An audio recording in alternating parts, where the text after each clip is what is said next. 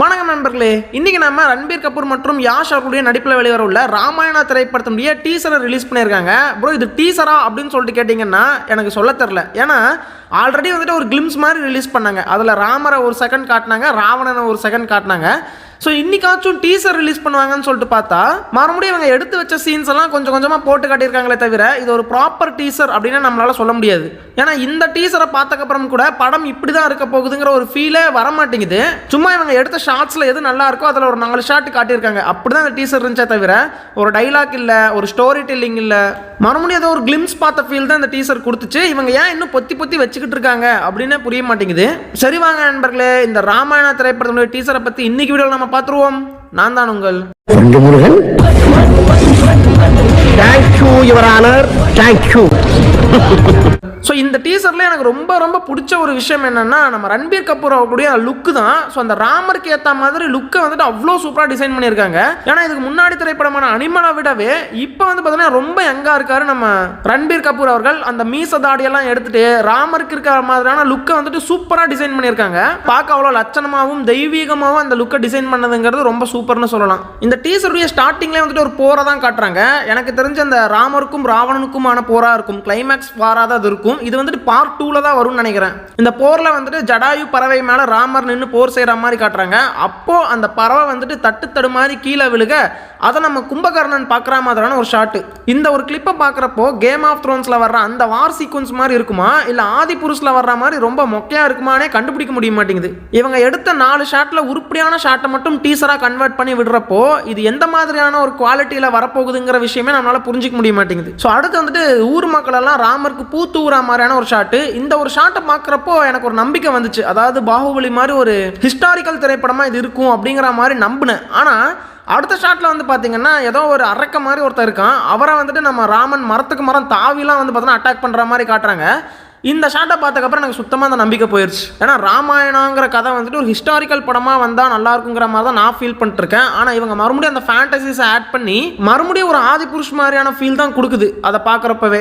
இந்த ஷாட்டுன்னு மட்டும் கிடையாது, அரக்கர்களை காட்டுற எந்த ஒரு ஷாட்டுமே நீங்கள் எடுத்துக்கோங்க, அதெல்லாமே பார்க்குறக்கு ஆர்டிஃபிஷியலாக தான் இருக்குது. அவ்வளோ சூப்பரான விஎஃப்எக்ஸ்ன்னு சொல்ல முடிய மாட்டேங்குது.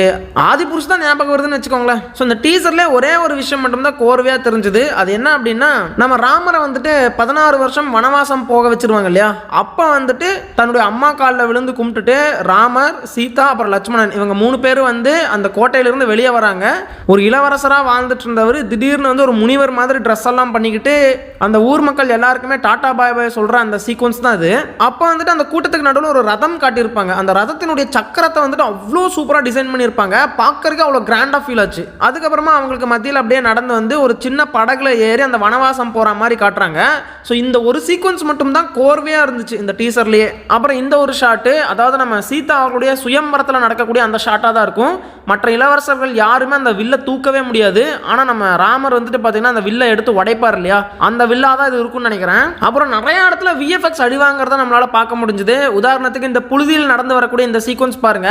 ஸோ நல்லாவே இந்த இடத்துலலாம் விஎஃப்எக்ஸ் அடி வாங்கியிருக்குன்னு தான் சொல்லணும். இது வெறும் டீசர் அப்படிங்கிறதுனால இதுதான் ஃபைனல் அவுட்புட் நம்மளால சொல்ல முடியாது. மேபி தியேட்டரில் பார்க்குறப்ப வேற மாதிரியான ஒரு ஃபீல் கொடுக்கலாம். அதே மாதிரி நம்ம ராமரை ஒரு மிகப்பெரிய அரக்கம் விரட்டிட்டு வர்ற மாதிரி காட்டுவாங்க. அந்த சீக்வன்ஸ்லயுமே விஎஃப்எக்ஸ் நல்லா அடி வாங்கிச்சு அப்படிங்கறத பார்க்க முடியுது. அப்புறம் ஒரு சீக்வன்ஸ்ல நம்ம ராமர் வந்துட்டு எதிரில் வரக்கூடிய ஒரு ஆயுதத்தை அப்படியே போதி தர்மர் மாதிரி பிடிச்சி சொலட்டி நிப்பாட்டுவாரு.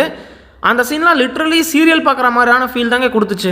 அந்த பேக்ரவுண்டும் அந்த கேரக்டர்ஸும் தனியாக தெரியுறாங்க. ஸோ க்ரீன் ஸ்க்ரீனில் ஷூட் பண்ணி அட்டாச் பண்ணியிருக்காங்கன்னு சொல்லிட்டு கிளியராக தெரியுது அந்த இடமெல்லாம். அடுத்தது ராவணனை ஏன்டா இன்னுமே காட்டாமல் இருக்காங்களேன்னு சொல்லிட்டு நான் எதிர்பார்த்துட்டு இருக்கிறப்போ பேக் சைடில் இருந்து ஒரு ஷாட் மட்டும் காட்டினாங்க, நம்ம யாஷ் அவர்கள் நடந்து வர்ற மாதிரி.